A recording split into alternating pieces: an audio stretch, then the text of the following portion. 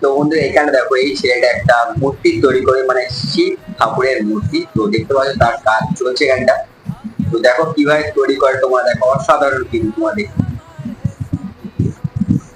তো দেখতে পাচ্ছ শিব ঠাকুরের কিন্তু বডি তৈরি করা হচ্ছে, পাটা দেখতে পাচ্ছ পায়েরই করা হচ্ছে। দেখতে পাচ্ছ পায়ের কিন্তু শেপটা দেওয়া হচ্ছে অসাধারণ ভাবে, খুব সুন্দর ভাবে কিন্তু কাজ করছে এখানে দেখো ছেলেটা।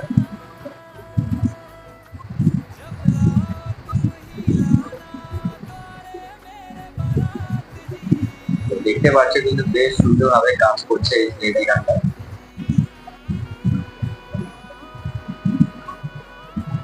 দেখো এবার চুলে কিন্তু এখানে কাজ করছে, ঠিক আছে। তো খুব সুন্দর ভাবে দেখো এখানে কাজ করেছে, শিব ঠাকুরের মূর্তিটাকে তৈরি করে দিয়েছে। তো দেখো ফাইনাল লুক দেখো অসাধারণ কিন্তু অসাধারণ।